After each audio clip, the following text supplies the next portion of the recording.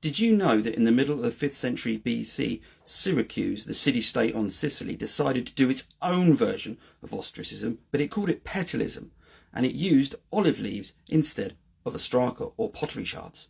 Before I go any further, I should apologise, because in my first video on ostracism I said it was something which was unique to Athens, and in fact that's not the case. There are albeit fleeting references, to ostracism being something or a similar process existing in other city-states such as Megara, so apologies for that, but hopefully I can redeem myself in part through this video. So, on with the petalism. The background to this is that in the middle of the 5th century BC, Syracuse was undergoing a lot of political strife.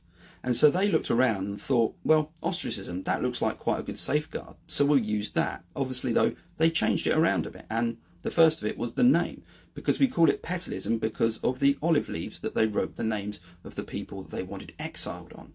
And olive leaf was petalon, hence petalism. Another difference was that you only got 5 years of exile if you were petalized, and that differed, obviously, from the Athenian ostracism, which is where you got 10 years. But it didn't work too well. In fact, it was repealed after a couple of years. Our only source for this is Diodorus Siculus, and he wrote that the rich effectively stepped out of the public space because they were so fearful of being exiled all the time. And the result of this was even more factionalization, even more disputes. So, as I said, they got rid of it.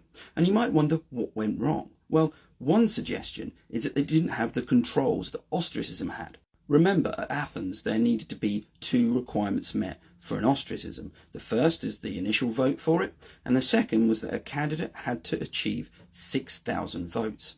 It's thought that this second requirement wasn't in place for the petalism, which meant that as soon as someone said, let's have a petalism, someone was definitely going, even with only a few votes, and that caused a lot of friction.